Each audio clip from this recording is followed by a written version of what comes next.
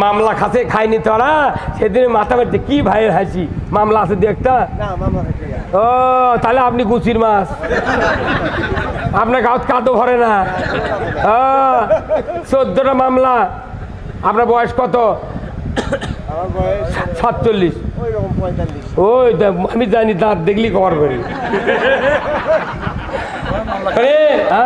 হ্যাঁ আপনি মামলা খেতেন কবেন তো আমিও মামলা খেতে হুজুর হ্যাঁ এগুলো কথা বল এই যে আপনাকে বগুড়ার মাসুদ না একটা কমিশনার এই খাটো করে মাসুদ 146টা মামলা দিচ্ছে একটা দিন করলু না আর 1 ঘন্টার মধ্যে যদি ফারাক্কা বন্ধ করা না হয় তোমার ভারতের বিরুদ্ধে যুদ্ধ ঘোষণা করব।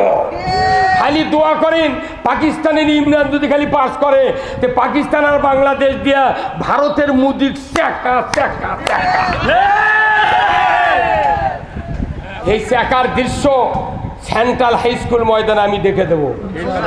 একটু ধৈর্য ধরে পুরো বাংলাদেশের ভেতরে বগুড়ার মতো এত সংগ্রামী ইমানদার কোথাও নাই। পুরো বগুড়াকে ইসলামী আন্দোলনের আমরা ঘাঁটি বানাতে চাই। কারা কারা আমার সাথে একমত দু হাত তুলে দেখা।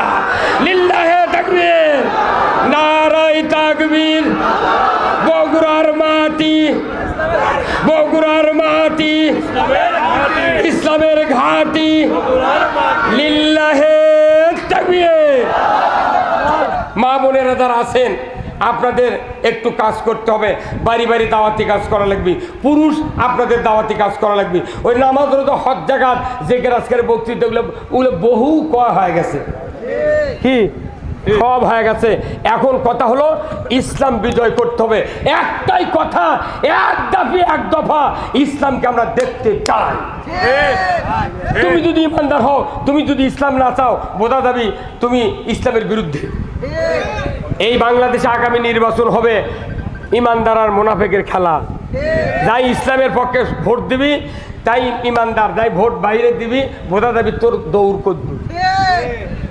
মামলা খাসে খাইনি তোরা সেদিন মাথা মারতে কি ভাইয়ের হাসি মামলা আছে দু একটা ও তাহলে আপনি গুচির মাছ আপনার গাঁত কাদো ভরে না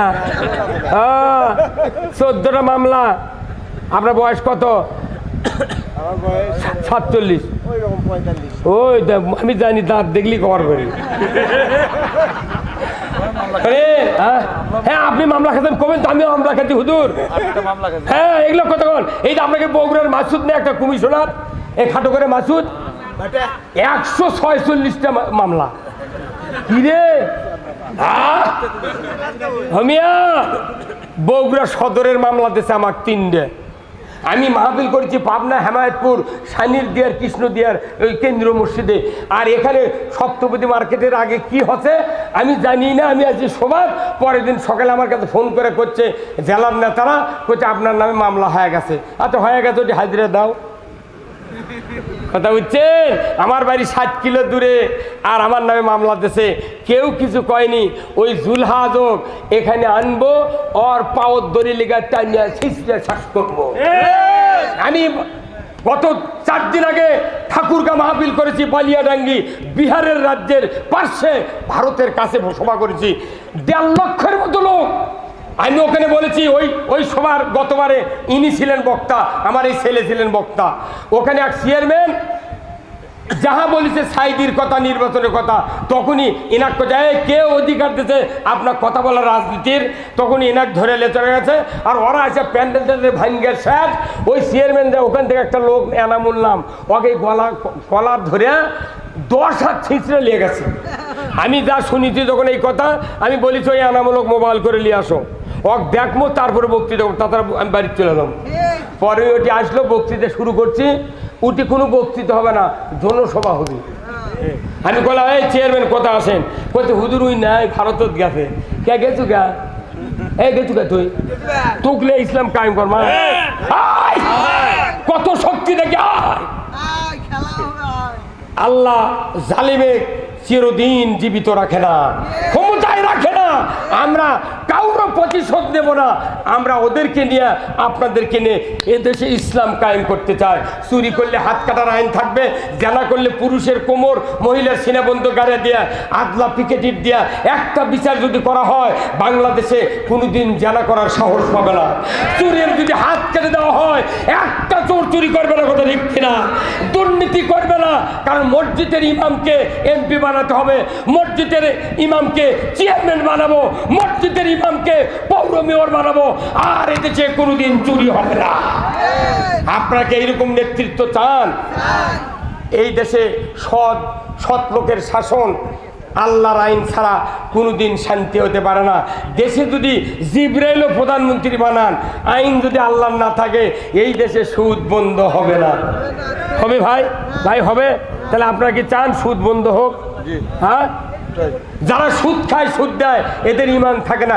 আল্লাহ কোরআনে বলছেন, ইয়া আইয়ুহাল্লাযীনা আমানু লা তাকুলুর রিবা, ইমানদাররা সুদ খায় না, ইমান থাকে না। আচ্ছা, কত অজু করে ভাই ছাড়লে অজু থাকে? আচ্ছা, ভাত রোজা থেকে ভাত খেলে দুপুরে রোজা থাকে? নামাজের শুরু হতে ফাতিহা পড়েছেন, পরে আপনার ছেলে করছে, আব্বা উত্তর পাড়ার মোজাম্মেল আমাকে গরু ধরে এলে খরচ দিচ্ছে, তখন নামাজের থেকে করছেন, বাবা ওখানে দেরি করে আমি নামাজটা পড়ি। হ্যাঁ, নামাজ থাকবে? তাহলে আপনি অজু ভঙ্গের কারণ জানলেন, রোজা ভঙ্গের কারণ জানলেন, নামাজ ভঙ্গের কারণ জানলেন, ও ইমান ভঙ্গের কারণ করলো না কেমন ছিরা? সুদ আগে বন্ধ করা লাগবে। 2-4 ওয়াক্ত নামাজ যদি বন্ধ হয়ে যায়, তাও ইসলাম কায়েমের কাজ নামাজের চেয়ে বেশি ফরজ। উহুদের যুদ্ধে হযরত হানজালা রাদিয়াল্লাহু তাআলা আনহু, উনি দিন কায়েমের যুদ্ধে বাদ দিয়ে উনি রসুলের হুকুম নিয়ে বিবাহ করলেন, রাত্রিতে বাসর সজ্জা উদযাপন করলেন, ভোর রাতে গোসলখানায় গেছেন। কে যেন এসে মদিনার গলিতে বলছে, কুতিলা মুহাম্মদ, ইসলাম পরাজিতর পথে, কে আছো মদিনার ঘরে বাইরে, গরবারি নিয়া ইহুদের ময়দানে হাজির হও, যুদ্ধে নিমজ্জিত হও, যদি কোন আল্লাহু আকবার। হযরতে হানজালা হাম্মাম খানার থেকে এই আওয়াজ যখন কানে শুনতে পাইলেন, প্রাণের স্ত্রীকে বললেন, ও গো স্ত্রী, আমাকে গোসল আর করার সুযোগ নাই, তুমি তাড়াতাড়ি করে তরবারি দাও, যুদ্ধের পোশাক পরিয়ে দাও, আমি উহুদের ময়দানে যাব। ওনার স্ত্রী বললেন, প্রাণের স্বামী, আপনাকে তরবারি দেব, যুদ্ধের পোশাক পরিয়ে দেব, আপনি তারপরে যুদ্ধের ময়দানে যান, আমার কোনো আপত্তি নাই।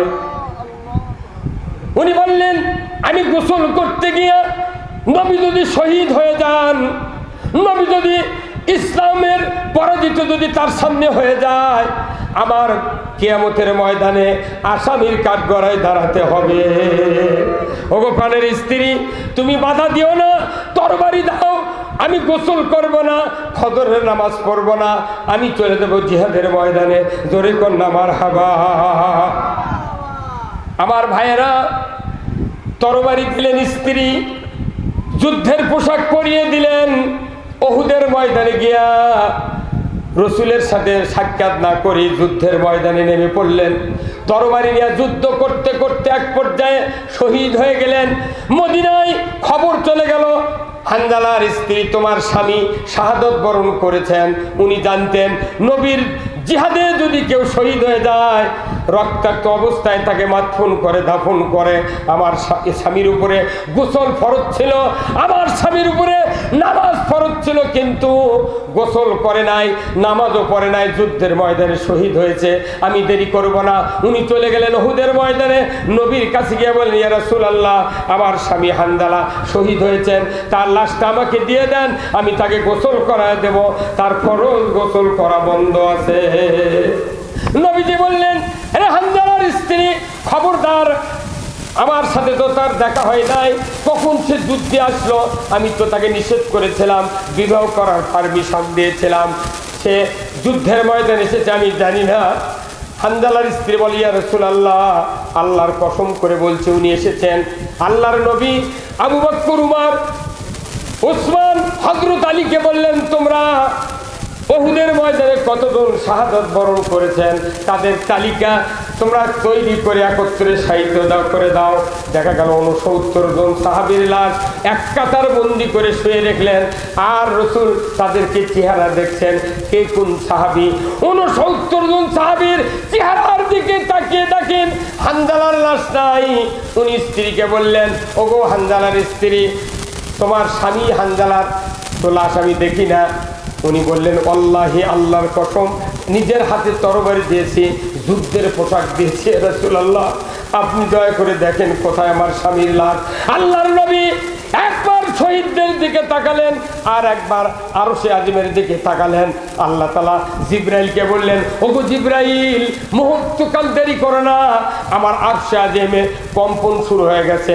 রাসূল আমার আরশের দিকে তাকিয়ে খবর চায়, তাড়াতাড়ি করে চলে যাও, উহুদের ময়দানে গিয়া আমার হাবিবের কানে কানে বলে দাও যে হানজালা ফরজ গোসল করে নাই, 3 ফরজ তরক করেছিল। যে হানজালা ফজরের নামাজ পড়ে নাই, 2 ফরজ তরক করেছিল।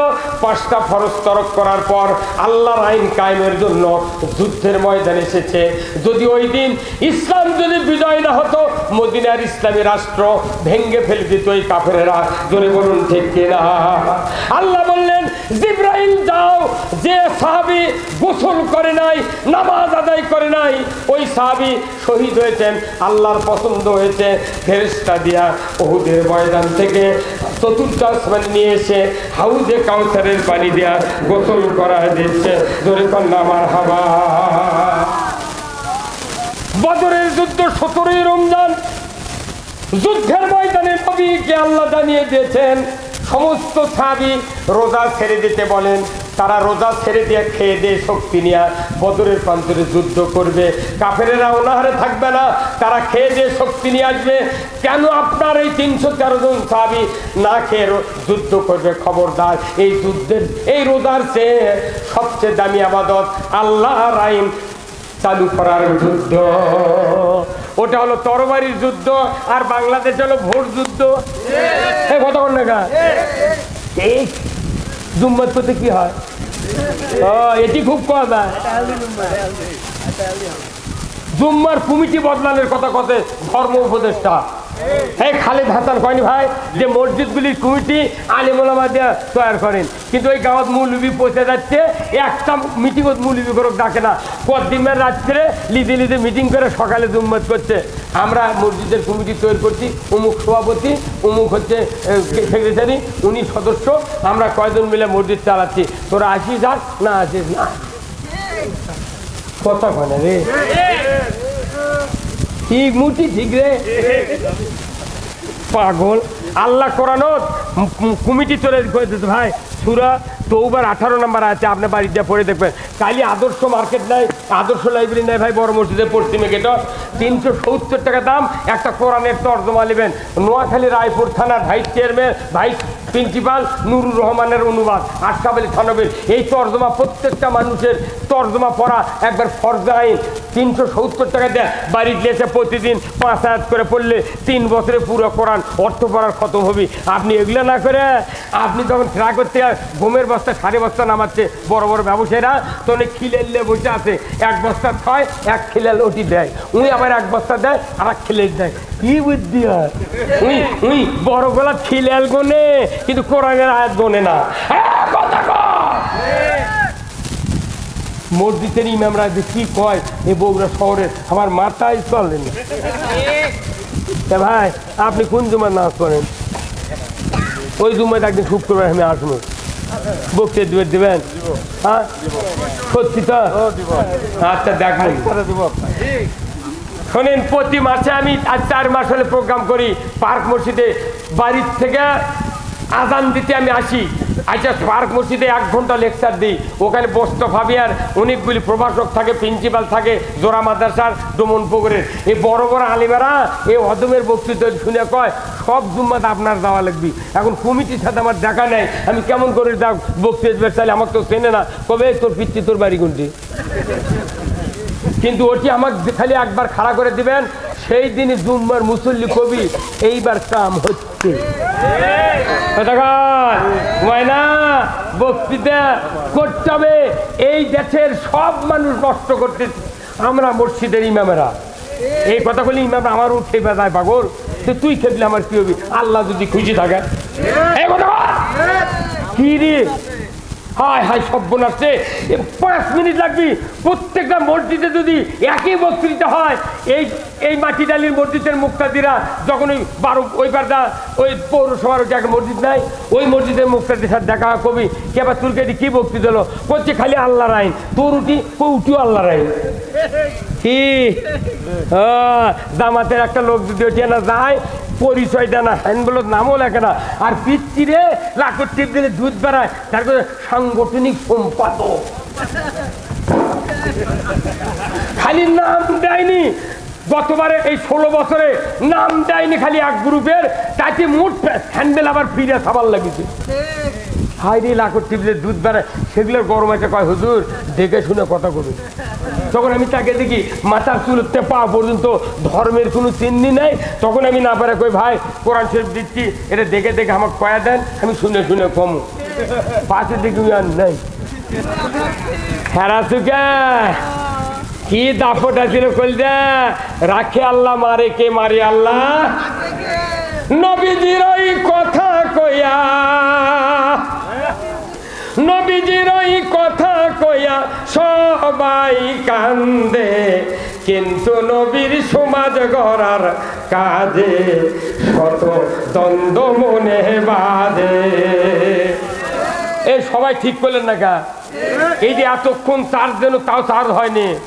এই ভাইয়ের একটা 24 ভোল্টের ব্যাটারি আছে, 12 ভোল্টের, আপনি যখন চার্জ দিবেন দেন ভাই, 3 দিন পর ব্যাটারি দেয় না। আপনি জালিবের গেছেন, কে ভাই হচ্ছে চার্জ হচ্ছে, আপনি কননি ভাই দেখে দেন। তখন বড় একটা তার এই বয়লার ধরিছে, আর এই বয়লা তার এক মুরালিয়েছে, ইঙ্গা খালি টান দিতে, তখনই ব্যাটারি করছে প্রাপ। কথা কনা রে, ব্যাটারি কি কথা প্রাপ, তার মানে ব্যাটারি নিজেই কয়া দিল আমি ফুল চার্জ। তাহলে এই যে সন্ধ্যের থেকে আসরের থেকে আপনার চার্জ দিচ্ছে, এই নবীর এই গানটা কয়া একটা আবার সগলি জিউ ছেড়ে দেয়, ঠিক কোয়া উচিত আছেন না ভাই? তাহলে বোঝা যাচ্ছে পেলের ঠিক নেই, অ্যাসিড নেই, এলে মিশাই খালি পাগলামি। নবীজির ওই কথা কইয়া, নবীজির ওই কথা কইয়া সবাই কান্দে, কিন্তু নবীর সমাজ গড়ার কাজে শত দ্বন্দ্ব মনে বাঁধে। এক সঙ্গে হলো এটা। যতদিন মসজিদগুলিতে শুক্রবারে লিল্লাহে তাকবীর আল্লাহু আকবার ধ্বনি উচ্চারিত না হবে মসজিদের মধ্যে, ততক্ষণ বাংলাদেশে ইসলাম কায়েম হতে পারে না। ওই যে ওই করতে গেলে ইমামই নেই, তাহলে আবার নতুন করে নিয়ে একদম যা হয়। কি কথা ঠিক কিনা? নবীর কথা শুনতে ভালো, নবীজির আদর্শ ভালো, বক্তৃতার বিবৃতিতে সবাই বলতে পারে। সেই আদর্শে ব্যক্তি জীবন রাষ্ট্র গড়ার কাজে, বলেন তিনি হলেন আল্লাহর রসুল, বলেন তিনি হলেন আল্লাহর রসুল, এমনটা কি সাজে, কিন্তু নবীর সমাজ গড়ার কাজে শত দ্বন্দ্ব মনে বাঁধে। কি ফুর্তি দেখছেন? এনা পানি বার করতেন তারা। তোর গহনা দিন ফুরাইয়া গেল, তোর গহনা দিন ফুরাইয়া গেল, যৌবনে লাগবে ভাতি, ওই দেখা যায় ডাকিতেছে তোমায় কবরের মাটি, ওই দেখা যায় ডাকিতেছে তোমায় কবরের মাটি। ঠিক কিনা?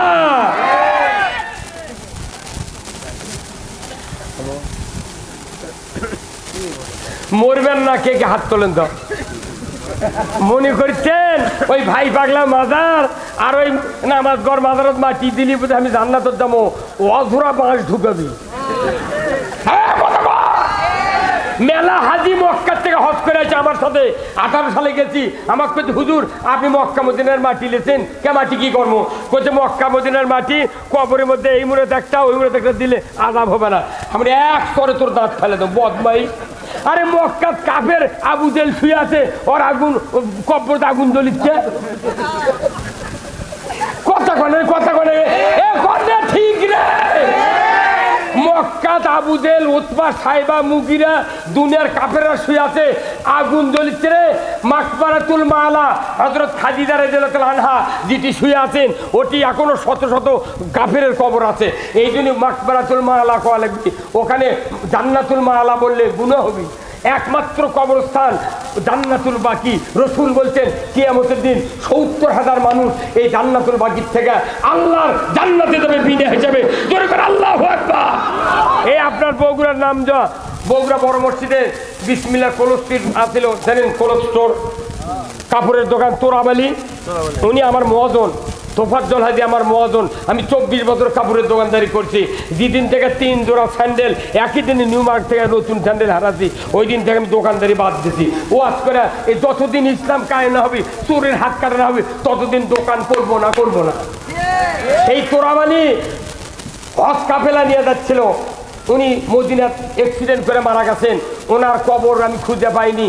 গোটা জান্নাতুল বাকি ঘুরে ফিরে জিয়ারত করছি। 15 জন হাজিলে সকলে করছে হুজুর আপনি বাংলাদেশে আছেন, এত জায়গা জিয়ারত কে? এমন এটি আমার মহাজন শুয়ে আছে, এই মহাজনের কবর কোনটা আমি জানি না। তো সারা জান্নাতুল বাকি ঘুরে ফিরে মোনাজাত করছি। ময়না ওটি মক্কা কাফের শুয়ে আছে, তুই ওই মাটি নিয়েছে এই সুদে টাকা লাগে ওই হজ করছে টাকি দিচ্ছে, ওই কবর মধ্যে দিলে ওর আরো আযাব বাড়বি। তুই না পাক মাটি কেটে গেলে পাক মাটি তুলু। তুই সারা জীবন কোন দল করলু, কার পক্ষে কোনটি টাকা দিলু, কার সাথে তলে তলে কথা বললু, এই কয়া মোর দল করলু। অথচ মরার পর করছে বিসমিল্লাহ ওয়া আলা মিল্লাতে রাসূলিল্লাহ। তোর ইমাম যদি তোর বাটাম না ফাটায় আমি কি করছি? ওই ইমাম করে কিয়ামত দিন এক ধাইত করবি। আল্লাহ কবি যে এরকম যারা যারা কব্বর মিথ্যা কথার দোয়া পড়ছিল এরকম ভেনো করে একখান দিত, তখন ওরকম কবি মেলা মুক্তা দি হুজুর আপনি কি বসে আছেন গা, খারাপ আছেন গা? করতে পারে আমাকে বিচার বলে পরে হবি, যে তোরা যা কেচক বিচার করছে। আমরা ওদের দোয়া পড়ছনো বিসমিল্লাহ ওয়া আলা মিল্লাতে রাসূলিল্লাহ। তে ওই কোন দল করেছে সেই দলের নাম লে বলে থোয়া লাগলো হয়নি। আমি এজন্য নবীর দল তোলো তোলো মিথ্যা কথা হচ্ছে, সে বিচার বলে পরে করবি, ওর বাটাম ফাটাবি। ওর পাগলের লাগান বড় মুফতি যুক্তিবাদী বড় পীর সাহেব জানাজা করে নিচ্ছে, অথচ ওর 4টে বেটা একজনও নামাজ পড়ে না। বাপ বেনামাজি বেটারা অনামাজি, বাপ বেনামাজি বেটারা অনামাজি, মানে কি দুই গ্রুপই সমান। এখন এই বড় মুফতি গিয়ে জানাজা ছাড়া করে দিয়েছে, 4 বেটার মাথার টুপি নেই, নামাজ তো পড়েনি, গামছা মাথার দিয়ে মামলা খাতে খায়নি তোরা। সেদিন মাথা মারতে কি ভাইয়ের হাসি, মামলা আছে দিয়ে একটা। ও তাহলে আপনি গুচির মাছ, আপনার গাঁত কাদো ভরে না। 14টা মামলা। আপনার বয়স কত? 47। ওই আমি জানি, দাঁত দেখলি কভার করি। হ্যাঁ আপনি মামলা খেতেন কবেন তো আমিও মামলা খেতে হুজুর। হ্যাঁ এগুলো কথা বল। এই যে আপনাকে বগুড়ার মাসুদ নেই একটা কমিশনার, এই খাটো করে মাসুদ 146টা মামলা দিচ্ছে, একটা দিন করলু না। আর 1 ঘন্টার মধ্যে যদি ফারাক্কা বন্ধ করা না হয় তোমার ভারতের বিরুদ্ধে যুদ্ধ ঘোষণা করব। খালি দোয়া করেন পাকিস্তানের ইমরান যদি খালি পাস করে, তো পাকিস্তান আর বাংলাদেশ দিয়া ভারতের মুদির চাকা চাকা চাকা। এই চাকার দৃশ্য সেন্ট্রাল হাই স্কুল ময়দানে আমি দেখে দেবো। একটু ধৈর্য ধরে। পুরো বাংলাদেশের ভেতরে বগুড়ার মতো এত সংগ্রামী ইমানদার কোথাও নাই। পুরো বগুড়াকে ইসলামী আন্দোলনের আমরা ঘাঁটি বানাতে চাই। কারা কারা আমার সাথে একমত? 2 হাত তুলে দেখা। লিল্লাহে তাকবীর, নারায়ে তাকবীর। বগুড়ার মাটি, বগুড়ার মাটি ইসলামের ঘাঁটি। লিল্লাহে তাকবীর। মা বোনেরা যারা আছেন আপনাদের একটু কাজ করতে হবে, বাড়ি বাড়ি দাওয়াতি কাজ করা লাগবে। পুরুষ আপনাদের দাওয়াতি কাজ করা লাগবে। ওই নামাজ রোজা হজ জাকাত যে আজকের বক্তৃতাগুলো ওগুলো বহু কয়া হয়ে গেছে। কি সব হয়ে গেছে। এখন কথা হলো ইসলাম বিজয় করতে হবে। একটাই কথা, এক দাবি এক দফা, ইসলামকে আমরা দেখতে চাই। তুমি যদি ইমানদার হও, তুমি যদি ইসলাম না চাও, বোঝা যাবি তুমি ইসলামের বিরুদ্ধে। এই বাংলাদেশে আগামী নির্বাচন হবে ইমানদার আর মুনাফিকের খেলা। যাই ইসলামের পক্ষে ভোট দিবি তাই ইমানদার, যাই ভোট বাইরে দিবি বোঝা যাবি তোর দৌড় করবি। মামলা খাসে খাইনি তোরা সেদিন মাথা মারতে কি ভাইয়ের হাসি, মামলা আছে দু একটা? ও তাহলে আপনি গুচির মাছ, আপনার গাঁত কাদো ভরে না। 14টা মামলা। আপনার বয়স কত? 47। ওই আমি জানি, দাঁত দেখলি কভার করি। হ্যাঁ আপনি মামলা খেতেন কবেন তো আমিও মামলা খেতে হুজুর। হ্যাঁ এগুলো কথা বল। এই যে আপনাকে বগুড়ার মাসুদ নেই একটা কমিশনার, এই খাটো করে মাসুদ, 146টা মামলা। কি রে হামিয়া, বগুড়া সদরের মামলা দিয়েছে আমার 3টে। আমি মাহফিল করেছি পাবনা, হেমায়তপুর, সানির দিয়ার, কৃষ্ণ দিয়ার ওই কেন্দ্রীয় মসজিদে। আর এখানে সপ্তপতি মার্কেটের আগে কি হচ্ছে আমি জানি না। আমি আজকে সবার পরের দিন সকালে আমার কাছে ফোন করে করছে জেলার নেতারা, করছে আপনার নামে মামলা হয়ে গেছে। আচ্ছা হয়ে গেছে, ওটি হাজিরা দাও। কথা বুঝছেন? আমার বাড়ি 60 কিলো দূরে, আর আমার নামে মামলা দিয়েছে, কেউ কিছু কয়নি। ওই জুলহাজক এখানে আনবো, ওর পাওয়ার দড়ি লেগা টানিয়া ছিঁচড়ে শ্বাস করবো। আমি গত 4 দিন আগে ঠাকুরগা মাহফিল করেছি বালিয়াডাঙ্গি, বিহারের রাজ্যের পাশে, ভারতের কাছে সভা করেছি, 1.5 লক্ষের মতো লোক। আমি ওখানে বলেছি, ওই সবার গতবারে ইনি ছিলেন বক্তা, আমার এই ছেলে ছিলেন বক্তা।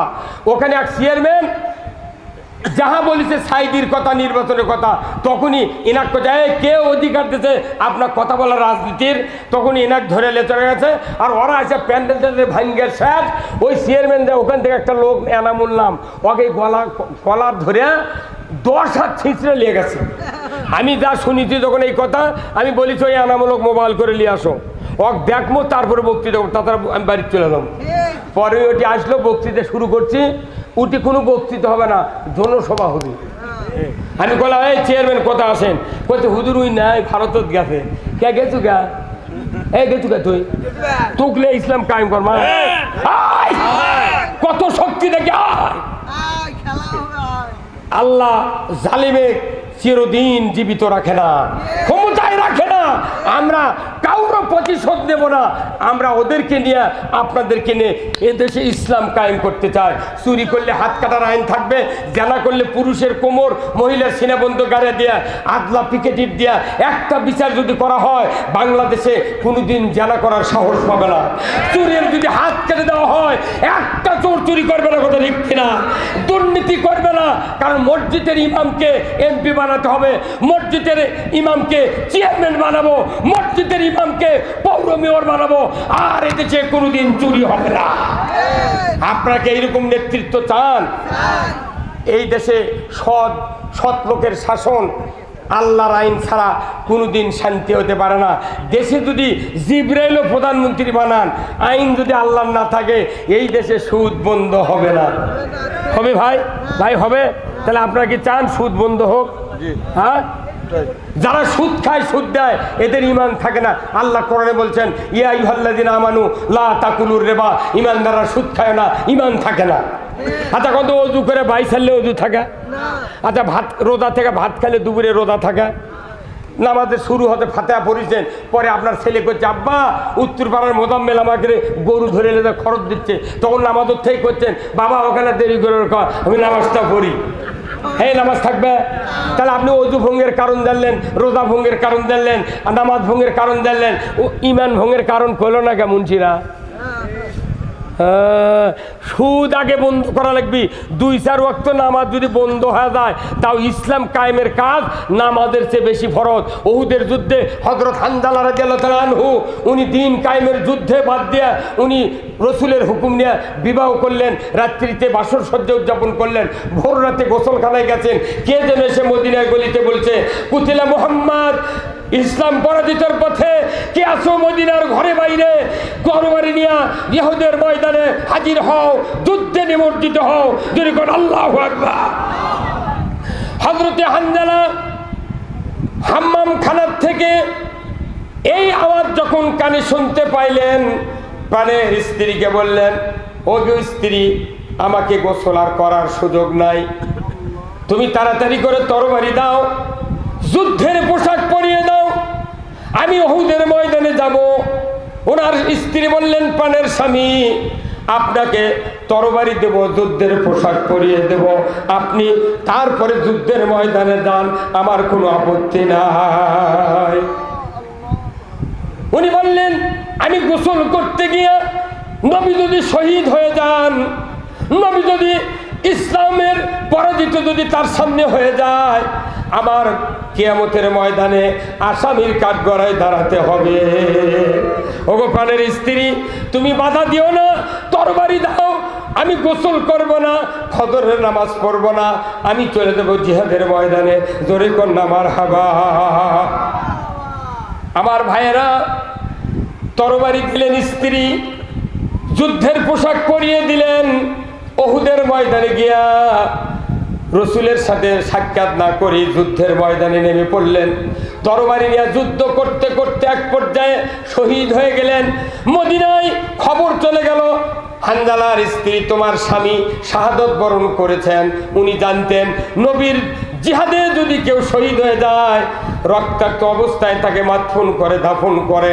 আমার স্বামীর উপরে গোসল ফরজ ছিল, আমার স্বামীর উপরে নামাজ ফরজ ছিল, কিন্তু গোসল করে নাই, নামাজও পড়ে নাই, যুদ্ধের ময়দানে শহীদ হয়েছে, আমি দেরি করব না।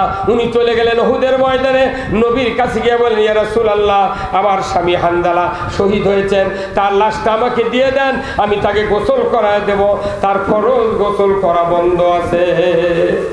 নবীজি বললেন, আরে হানজালার স্ত্রী, খবরদার, আমার সাথে তো তার দেখা হয় নাই, কখন সে যুদ্ধে আসলো, আমি তো তাকে নিষেধ করেছিলাম, বিবাহ করার পারমিশন দিয়েছিলাম, সে যুদ্ধের ময়দানে এসেছে আমি জানি না।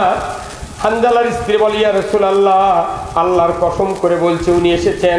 আল্লাহর নবী আবু বকর, উমর, ওসমান, হযরত আলীকে বললেন, তোমরা উহুদের ময়দানে কতজন শাহাদাত বরণ করেছেন তাদের তালিকা তোমরা তৈরি করে একত্রে সাহিত্য দাও করে দাও।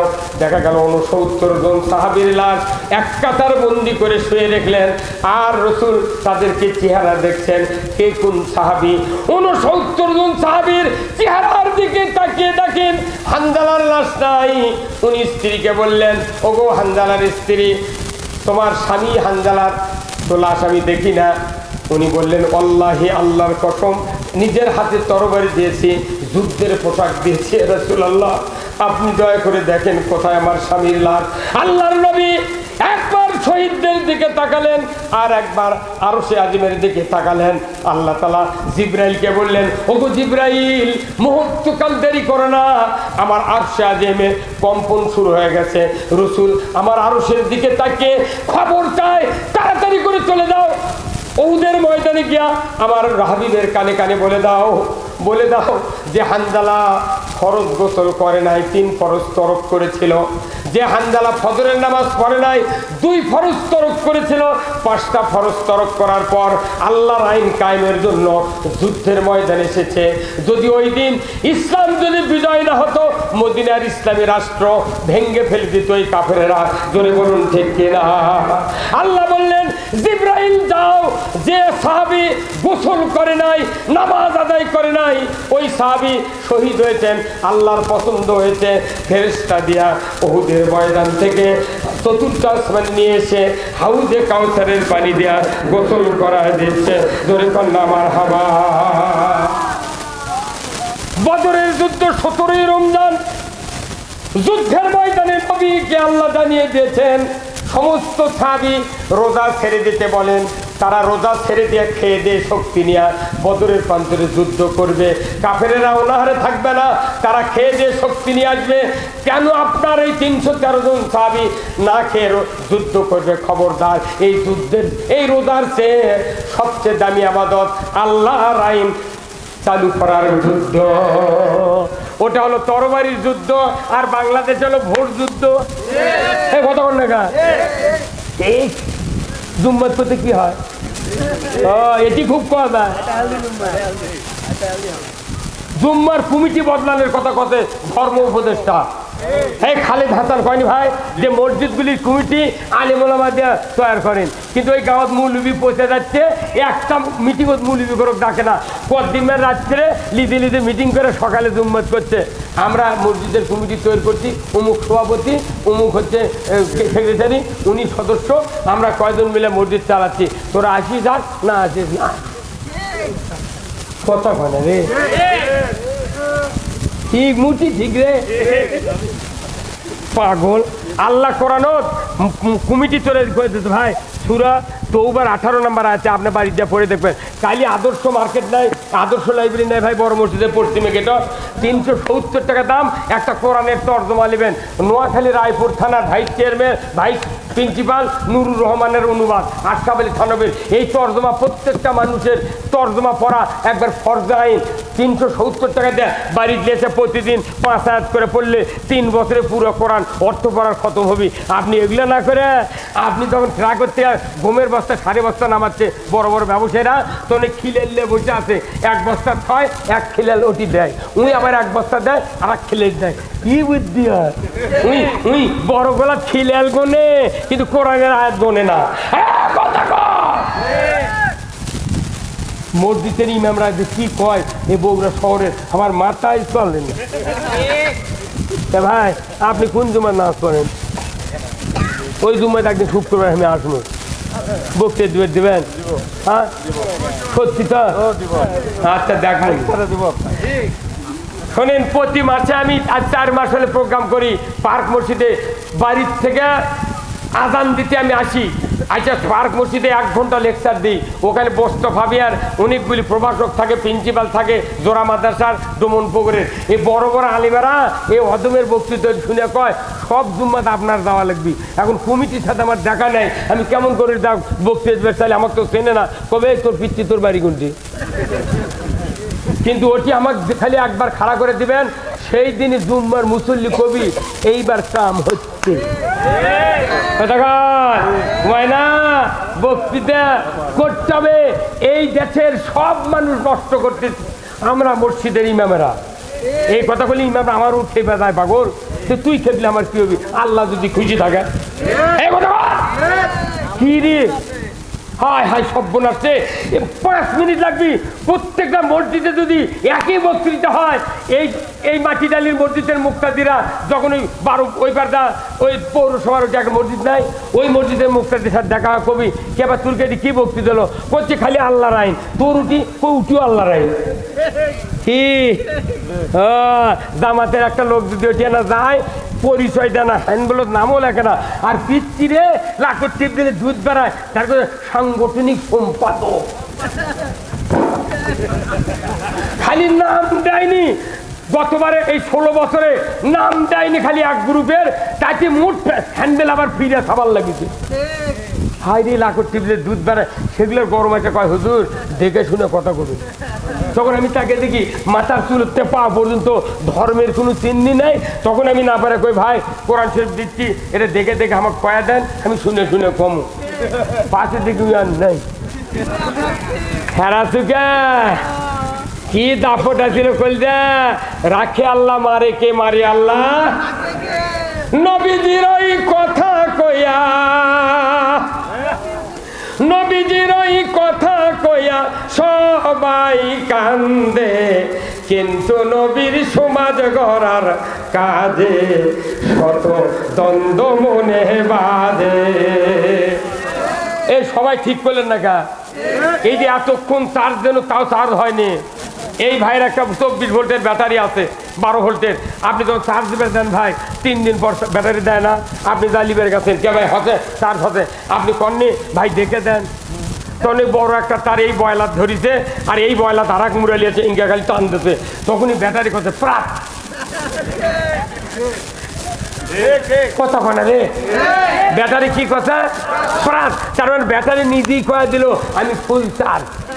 তাহলে এই যে সন্ধ্যার থেকে আসরের থেকে আপনাকে চার্জ দিচ্ছে এই নবীর এই গানটা কয়া একটা আবার সকলে জিউ ছেড়ে দেয় ঠিক কোয়া উচিত আছে না ভাই? তাহলে বোঝা যাচ্ছে পেলের ঠিক নেই অ্যাসিড নেই, এলে মিশাই খালি পাগলামি। নবীজির ওই কথা কইয়া, নবীজির ওই কথা কইয়া সবাই কান্দে, কিন্তু নবীর সমাজ গড়ার কাজে শত দ্বন্দ্ব মনে বাঁধে। এক সঙ্গে হলো এটা। যতদিন মসজিদগুলিতে শুক্রবারে লিল্লাহে তাকবীর আল্লাহু আকবার ধ্বনি উচ্চারিত না হবে মসজিদের মধ্যে, ততক্ষণ বাংলাদেশে ইসলাম কায়েম হতে পারে না। ওই যে ওই করতে গেলে ইমামই নেই, তাহলে আবার নতুন করে নিয়োগ দেবো, যা হয়। কি কথা ঠিক কিনা? নবীর কথা শুনতে ভালো, নবীজির আদর্শ ভালো, বক্তৃতার বিবৃতিতে সবাই বলতে পারে। সেই আদর্শে ব্যক্তি জীবন রাষ্ট্র গড়ার কাজে, বলেন তিনি হলেন আল্লাহর রসুল, বলেন তিনি হলেন আল্লাহর রসুল, এমনটা কি সাজে, কিন্তু নবীর সমাজ গড়ার কাজে শত দ্বন্দ্ব মনে বাঁধে। কি ফুর্তি দেখছেন? এনা পানি বার করে দেন। তোর গহনা দিন ফুরাইয়া গেল, তোর গহনা দিন ফুরাইয়া গেল, যৌবনে লাগবে ভাতি, ওই দেখা যায় ডাকিতেছে তোমায় কবরের মাটি, ওই দেখা যায় ডাকিতেছে তোমায় কবরের মাটি। ঠিক কিনা?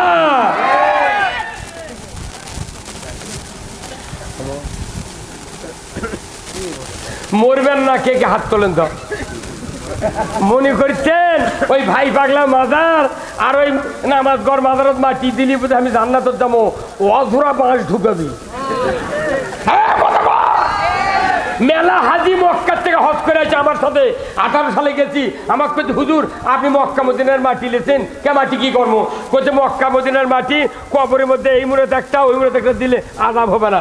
আমরা এক স্তরে তোর দাঁত ফেলে দেবো বদমাই। আরে মক্কাত কাফের আবু জেল শুয়ে আছে, ওর আগুন কবরতে আগুন জ্বলিচ্ছে। কথা কনে কথা কনে এ কথা ঠিক রে। মক্কাত আবু জেল উতবা সাইবা মুগিরা দুনিয়ার কাফেররা শুয়ে আছে, আগুন জ্বলিচ্ছে রে। মাকবারাতুল মাআলা হযরত খাদিজা রাদিয়াল্লাহু আনহা যেটি শুয়ে আছেন, ওটি এখনো শত শত কাফেরের কবর আছে। এই জন্য মাকবারাতুল মাআলা কোয়া লাগবে, ওখানে জান্নাতুল মাআলা বললে গুনাহ হবে। একমাত্র কবরস্থান জান্নাতুল বাকি। রসুল বলছেন কিয়ামতের দিন 70,000 মানুষ এই জান্নাতুল বাকির থেকে আল্লাহর জান্নাতে যাবে বিনা হিসাবে। জোরে করে আল্লাহু আকবার। এই আপনার বগুড়ার নাম যা, বগুড়া বড় মসজিদে বিসমিল্লাহ কোল্ড স্টোর আছিল, জানেন কোল্ড স্টোর, কাপড়ের দোকান তোরাবালি, উনি আমার মহাজন। তোফাজ্জল হাজি আমার মহাজন। আমি 24 বছর কাপড়ের দোকানদারি করছি। যেদিন থেকে 3 জোড়া স্যান্ডেল একই দিনে নিউ মার্কেট থেকে নতুন স্যান্ডেল হারাচ্ছি, ওই দিন থেকে আমি দোকানদারি বাদ দিছি। ও আজ করে এই যতদিন ইসলাম কায়েম না হবে, চোরের হাত কাটা না হবে, ততদিন দোকান করবো না করবো না। এই তোরাবালি হজ কাফেলা নিয়ে যাচ্ছিল, উনি মদিনাত অ্যাক্সিডেন্ট করে মারা গেছেন। ওনার কবর আমি খুঁজে পাইনি। গোটা জান্নাতুল বাকি ঘুরে ফিরে জিয়ারত করছি 15 জন হাজিলে। সকলে করছে হুজুর আপনি বাংলাদেশে আছেন, এত জায়গা জিয়ারত কে? এমন এটি আমার মহাজন শুয়ে আছে, এই মহাজনের কবর কোনটা আমি জানি না। তো সারা জান্নাতুল বাকি ঘুরে ঘুরে মোনাজাত করছি। ময়না ওটি মক্কাত কাফের শুয়ে আছে, তুই ওই মাটি নিয়েছে এই সুদের টাকা লাগিয়ে ওই হজ করছে, তাকে দিচ্ছে ওই কব্বর মধ্যে দিলে ওর আরো আজাব বাড়বি। তুই না পাক মাটি কেটে পাক মাটি তুলু। তুই সারা জীবন কোন দল করলু, কার পক্ষে কোনটি টাকা দিলু, কার সাথে তলে তলে কথা বললু, এই কয়া মোট দল করলু, অথচ মরার পর করছে বিসমিল্লাহ ওয়ালা মিল্লাতে রাসূলিল্লাহ। তোর ইমাম যদি তোর বাটাম না ফাটায় আমি কি করছি? ওই ইমাম করে কিয়ামত দিন এক ধাইত করবি। আল্লাহ কবি যে এরকম যারা যারা কব্বর মিথ্যা কথার দোয়া পড়ছিল এরকম ভেনো করে একখান দিত, তখন ওরকম কবি মেলা মুক্তা দি হুজুর আপনি কি বসে আছেন কে? খারাপ আছেন কে করতে পারে আমাকে বিচার বলে পরে হবি যে তোরা যা কে কেচক বিচার করছে আমরা ওদের দোয়া পড়ছনো বিসমিল্লাহ ওয়ালা মিল্লাতে রাসূলিল্লাহ তে ওই কোন দল করেছে সেই দলের নাম লিয়া বলে থোয়া লাগলো হয়নি আমি একজন নবীর দলের তোলো তোলো মিথ্যা কথা হচ্ছে সে বিচার বলে পরে করবি ওর বাটাম ফাটাবি ওর পাগলে লাগান বড় মুফতি যুক্তিবাদী বড় পীর সাহেব জানাজা করে নিচ্ছে অথচ ওর চারটে বেটা একজনও নামাজ পড়ে না বাপ বেনামাজি বেটারা অনামাজি বাপ বেনামাজি বেটারা অনামাজি মানে কি দুই গ্রুপই সমান এখন এই বড় মুফতি গিয়েছে জানাজা ছাড়া করে দিয়েছে চার বেটার মাথার টুপি নেই নামাজ তো পড়েনি গামছা মাথার